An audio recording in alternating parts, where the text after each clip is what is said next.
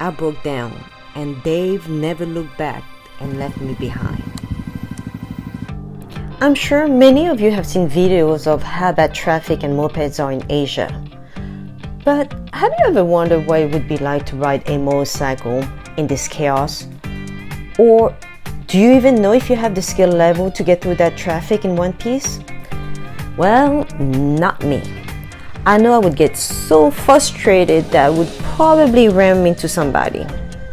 True, they're all going very slowly on small engines, but one of the main reasons why I started to ride a motorcycle in the first place was the big open roads, my hair flowing in the wind, even under that big full-face helmet, the sense of adventure and freedom. It's definitely not to be stuck in traffic and pollution bumper to bumper. I was born in Cambodia, and right before the Khmer Rouge killed almost a quarter of the Cambodian population in 1975, roughly 2 million people, my parents fled the country to go to France. They sold all their belongings so we can all be safe in France, so we can start a new life. So yes, I avoided a genocide thanks to my parents. When we landed in France, we only had but $50, and it was so cold that the flight attendants gave us the blankets from the airplane. Fast forward many years later, I moved to the US and I was able to actually return to Cambodia a few times. But I always wondered what it would be like to ride a motorcycle and visit the beautiful countryside of Cambodia. Well, I was able to do that during this recent trip. Due to some family matters that we had to attend, we were in Cambodia for 5 days. We drove from the capital of Cambodia, which is Phnom Penh, down south to Kep, which is about 3.5 hours, 106 miles. And I was able to book a guided motorcycle tour. Wow, look at this sunrise. It's beautiful sunrise. Yeah, pretty windy.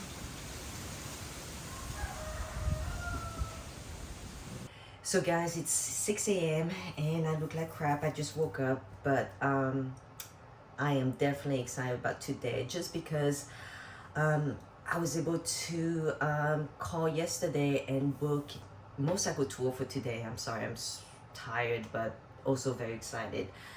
So I'm like blah blah blah blah. It's today 7 a.m. In Kampot.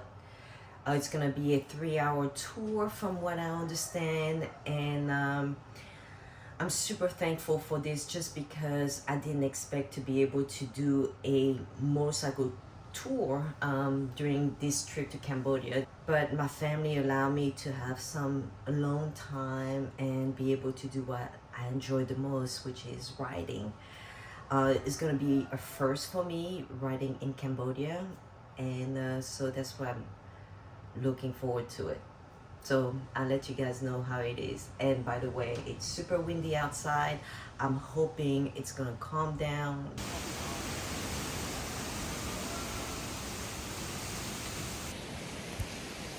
Okay, so here we go. Still a bit windy.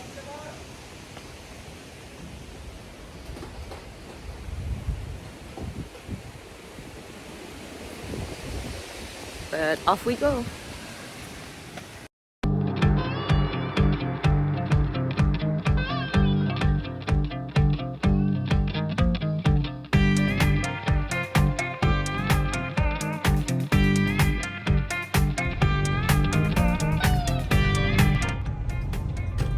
Wedding. Wow. A fancy wedding.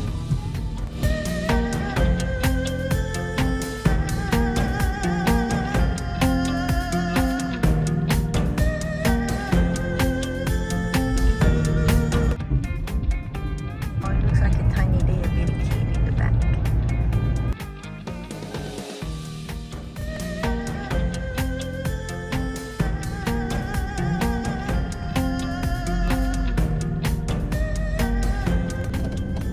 Okay, so we made contact with the guide and he's supposed to meet us here. Just waiting. this is Paul. He's gonna be my guide. I expected a Cambodian guy, but no, he's I hate to say it, but he's just a white guy. But communication is gonna be easier.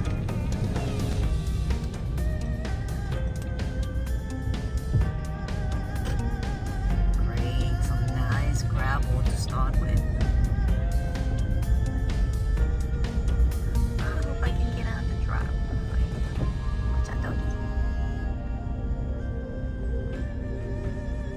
To the lake and then to the historic temple. Okay. Now, was there something like cave I heard about? Oh, that's too far. They're in the other direction. Okay. Not really up the mountain. Okay. I'll go to the mountain. Whatever you suggested sounded great. Yeah. The caves are out the other side. Okay, perfect.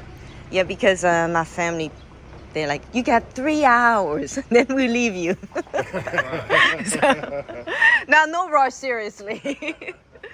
Okay, so my helmet selections.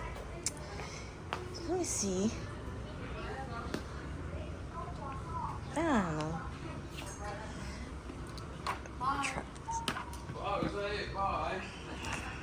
I like this one, it's kind of cute.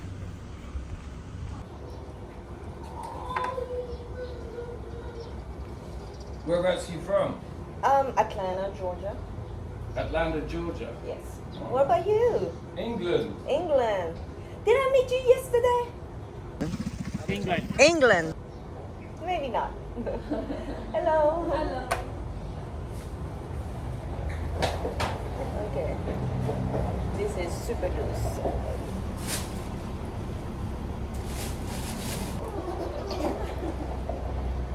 Ôm một con ái cơ. Tôi Dâm một con ái. Không phải sợ thông. Là con small. Very small, very small. But it might fit better. Yeah. Ah. That one is for Honestly, I like this one. Yeah. Yeah, it fits better. Yeah. Is that okay if I borrow your helmet? Thank you.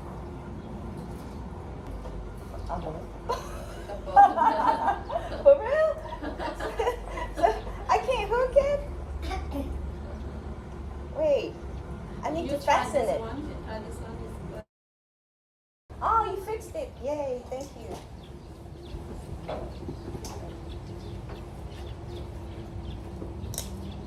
Okay.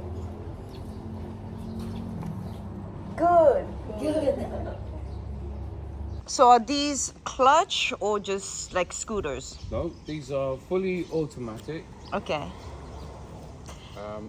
You want to take this one?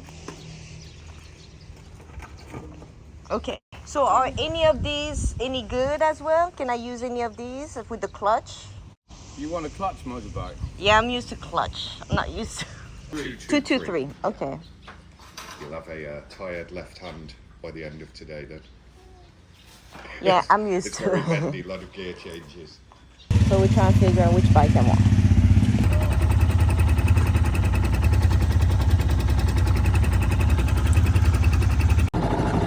Slow and steady wins the race. In Cambodia, size wins. Okay. The more big, the more they pull out. They're on their phone. So just slow and steady. Okay. Use your mirrors. Be spatially aware, Okay. and you'll be fine. Okay. Sounds good. Okay, we need to stop and get some gas. So Okay. let's go.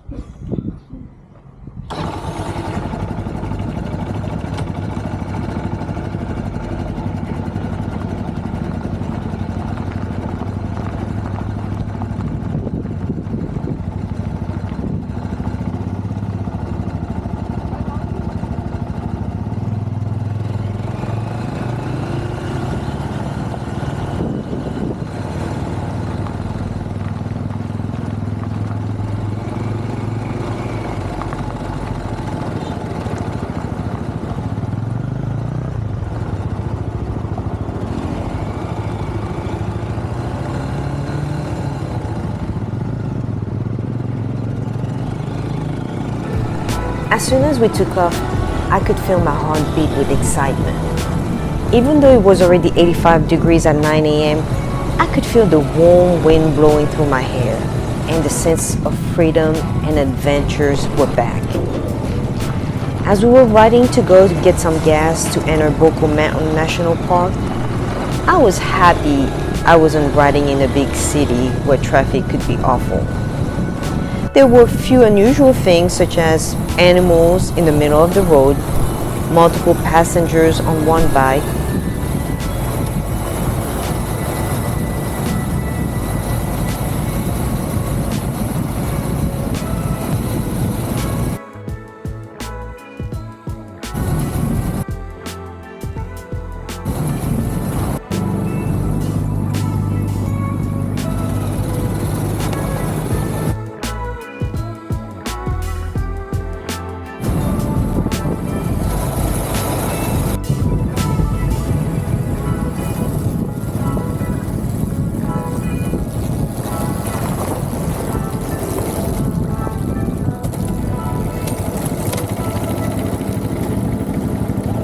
When we got to the gas station, notice that we weren't allowed to pump our own gas. I know in the US, in some of the states, you're not allowed to pump your own gas either. I'm just not used to it.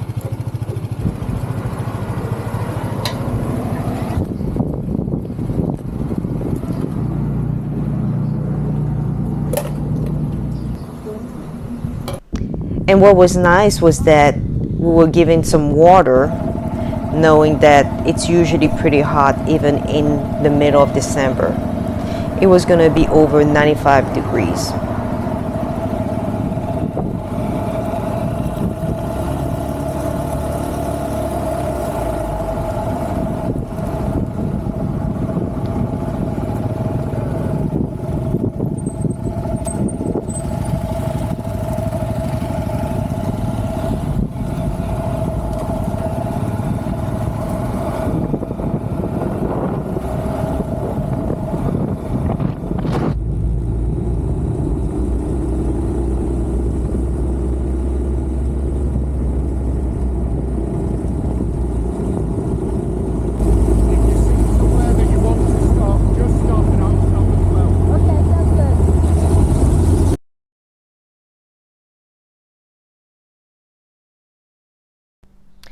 Bokor Mountain is a popular tourist and local destination.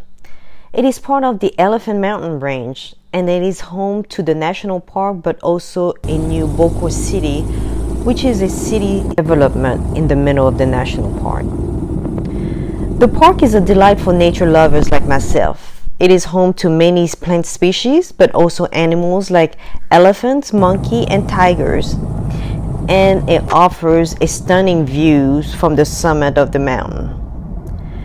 The park features few abandoned French historic colonial buildings, but that can give us actually a nice glimpse into the Cambodian colonial past. Bokor Hill was built in 1920s, which was a small resort for the occupying French soldiers, but it was also a way for the king to escape the heat of the capital. And as we were riding up in the mountain, I could feel the temperature drop tremendously. And I was torn because I was thankful it wasn't very hot, but also annoyed because the wind was so strong.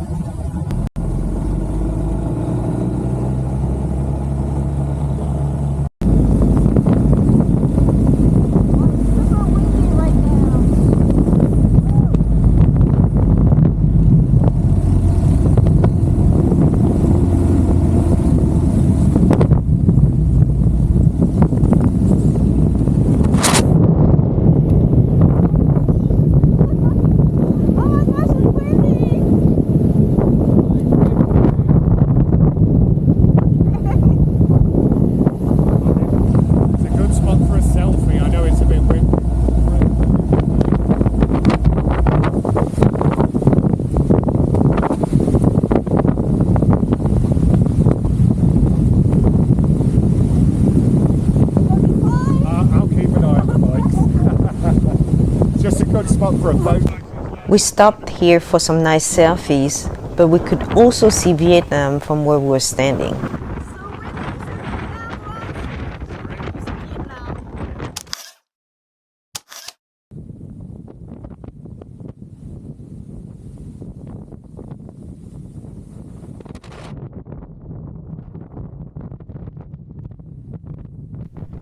At first, I wasn't sure what Dave was doing with his shirt. I was thinking maybe he was trying to blow his nose, and then I realized, oh, he's just trying to light up a smoke. Okay. The next stop's not too far. The next stop's not too far. Okay. We'll just be careful. We're not these big This guy cracked me up with his backpack. Was there anything in his backpack? It looked so light. Well, I know it was windy, but look at that bag. Here we go. Can't wait to see where we stop next.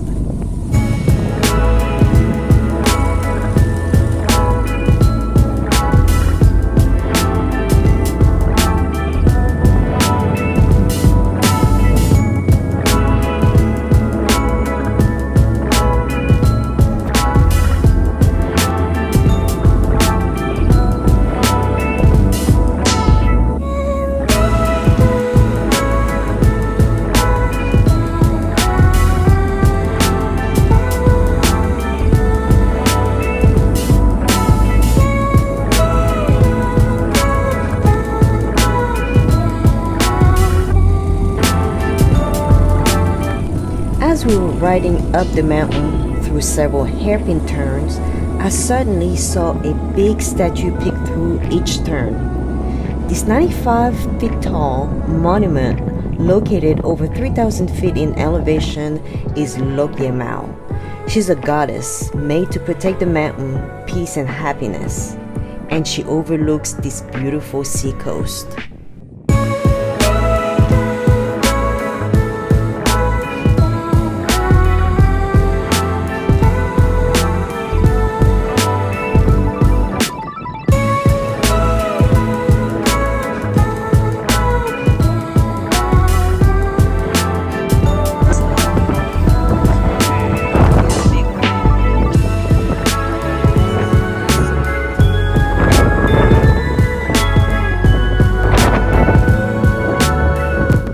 Here we have the 12 Chinese zodiac signs. I'm an ox, which represents diligence, perseverance, honesty, hard work, reliability, and stability. Yep, that's right, that's me. So did you guys ride before coming to Cambodia? No? No?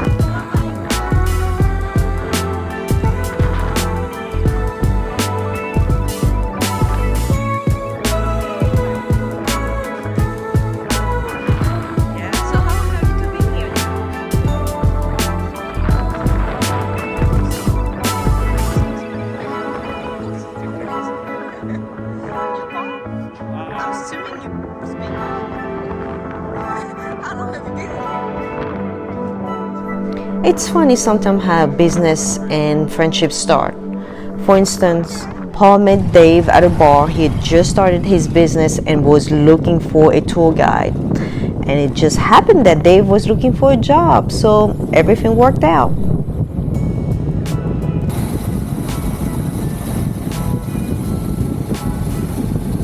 Here we're going through the new Bokor city, which is still under construction. It's going to have luxurious houses, supermarket, golf course, and later on its own airport.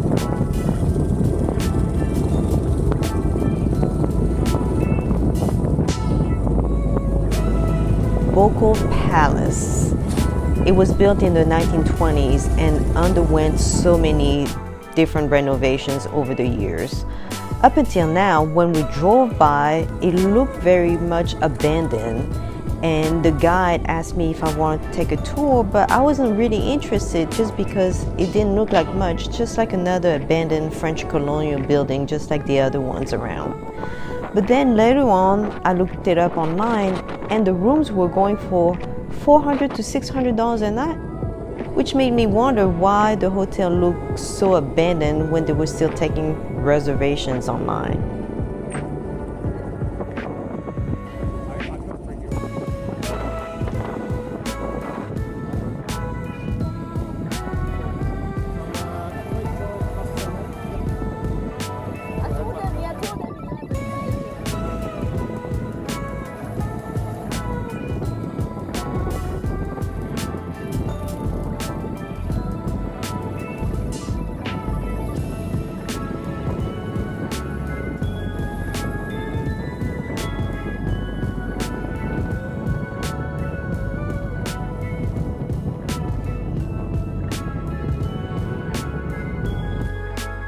Our next stop is Poppo Waterfall, and I hope I'm saying this right. But just like anything else, it looked just deserted. We were the only tourists there. As my guides were trying to find the best way to go down to the waterfall, we were met by a security guard who actually showed us the best way to go down there, which was awesome. Well, you kind of have to be somehow fit because you had to climb down and then up the waterfall. And once we got down there, I was kind of disappointed because it didn't look like much. And of course, it was dry season. Plus, the guy told me that it was a naturally occurring waterfall, and to me, it just looked like it was man-made.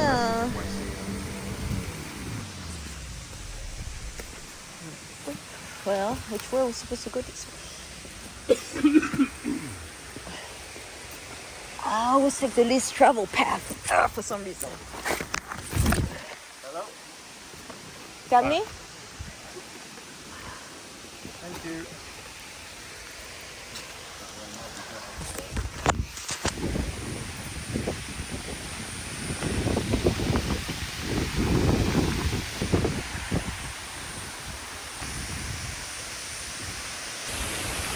Dry season. It's going down here. Pretty dry season. But I bet it's pretty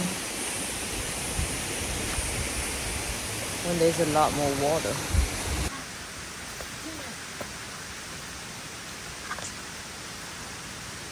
You should add climbing experience.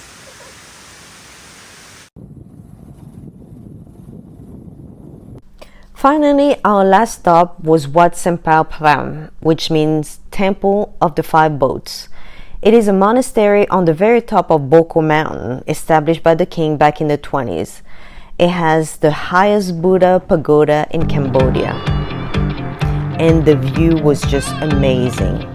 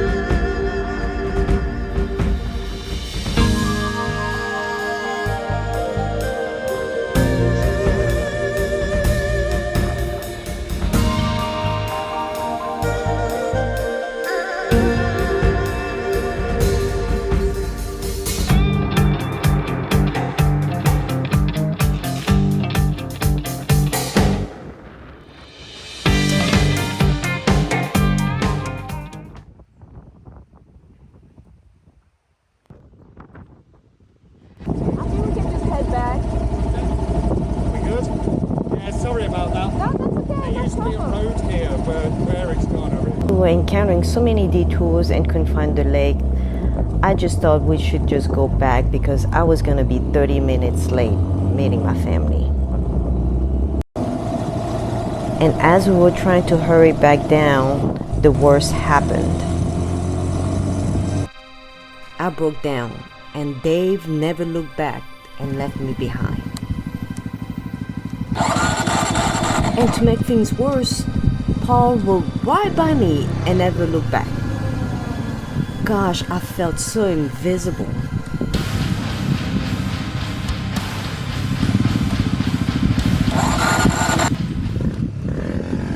After a little while, Paul turned back around and realized I was stuck. Yeah, it just died on me.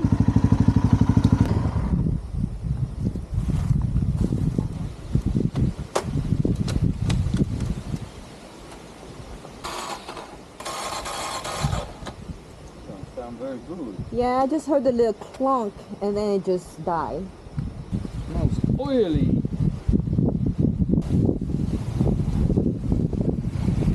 Why don't you jump on this one, Okay. and then at least you can get back on time. Okay. You and Paul go, and I'll do You just gonna wait here? Yeah. Okay. Let me just get my stuff. Probably the best thing to do, Paul. What's that? You get back, and I'll stay with the bike.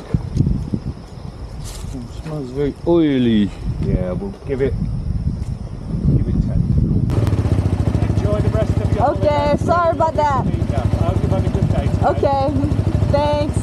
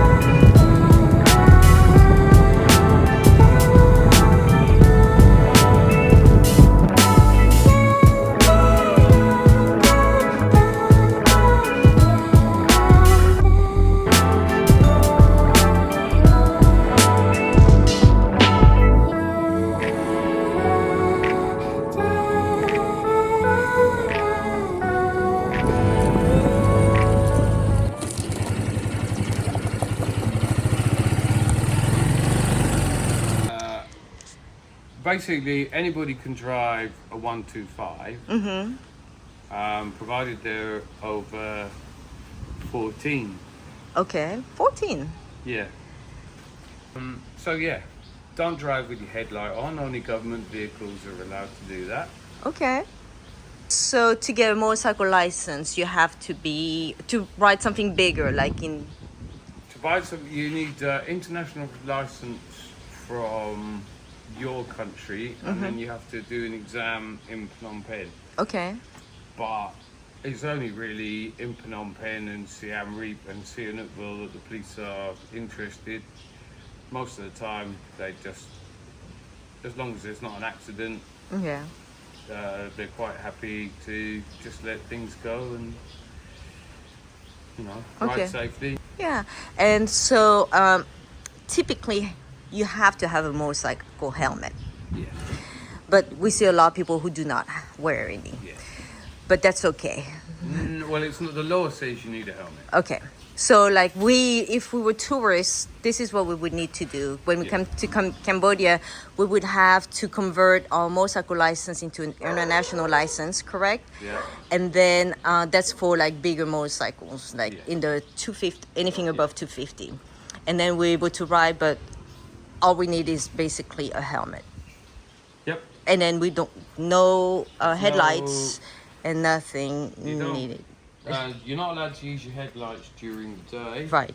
But you don't have to use your headlights at night. What? Are you for real? Okay.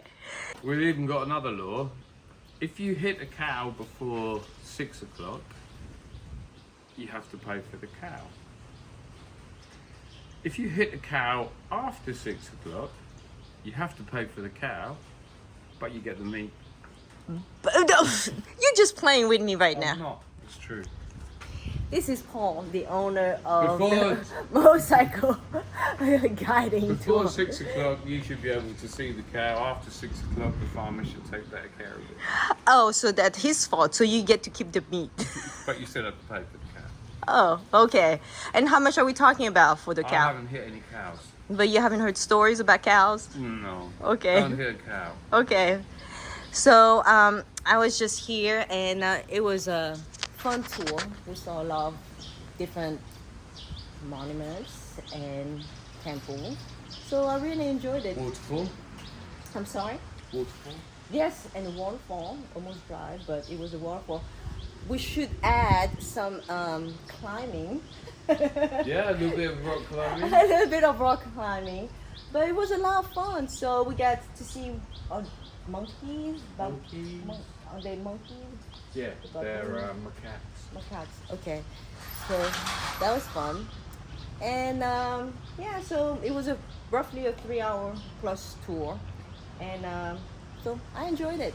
Very windy, but I enjoyed it. It was very windy up there. Yeah. So thank you, Paul. Thank you. Thank you I just- very much indeed. All right, well, going back home, we just got an upgrade. Tuk tuk. Know anybody with a van? All right, up we go. Tuk tuk style. Wait. Oh, what? Oh, just take a poop one.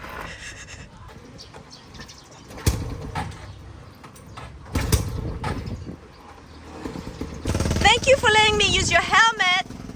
You want to come for a ride? Why you going in? Just Take for a the lady ride. back. Jump Come in. on, jump in. Okay. Okay. Come on. We'll get some food.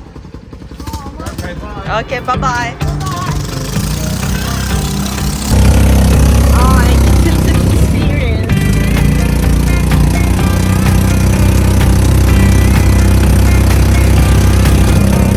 He does it all. Tuk tuk, motorcycle.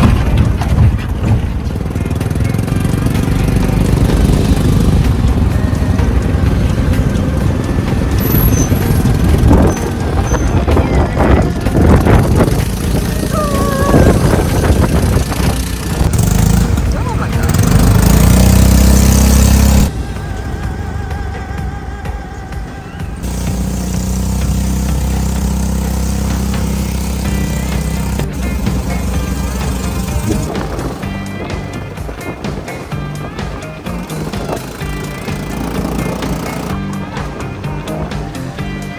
Okay. All right, Paul, thank you. Let me get- Whew. Okay, well, Thank you ever so much. okay, will do.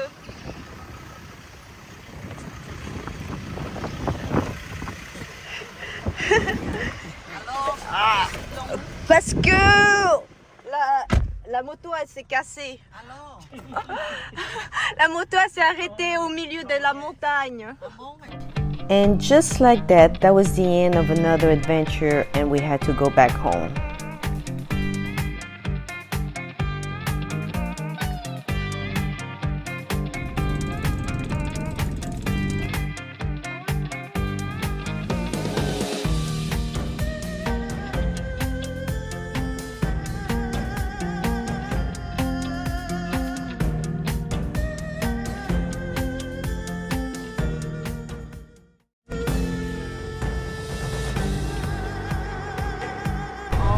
Since adventure can actually open your appetite, we stopped by a street food market and had some noodle soup.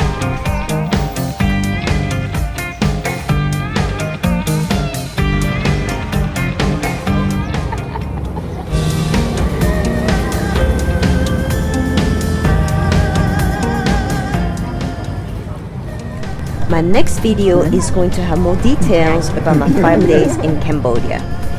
In the meantime, if you enjoyed this video, please subscribe, hit the like button, and comment below. Thank you.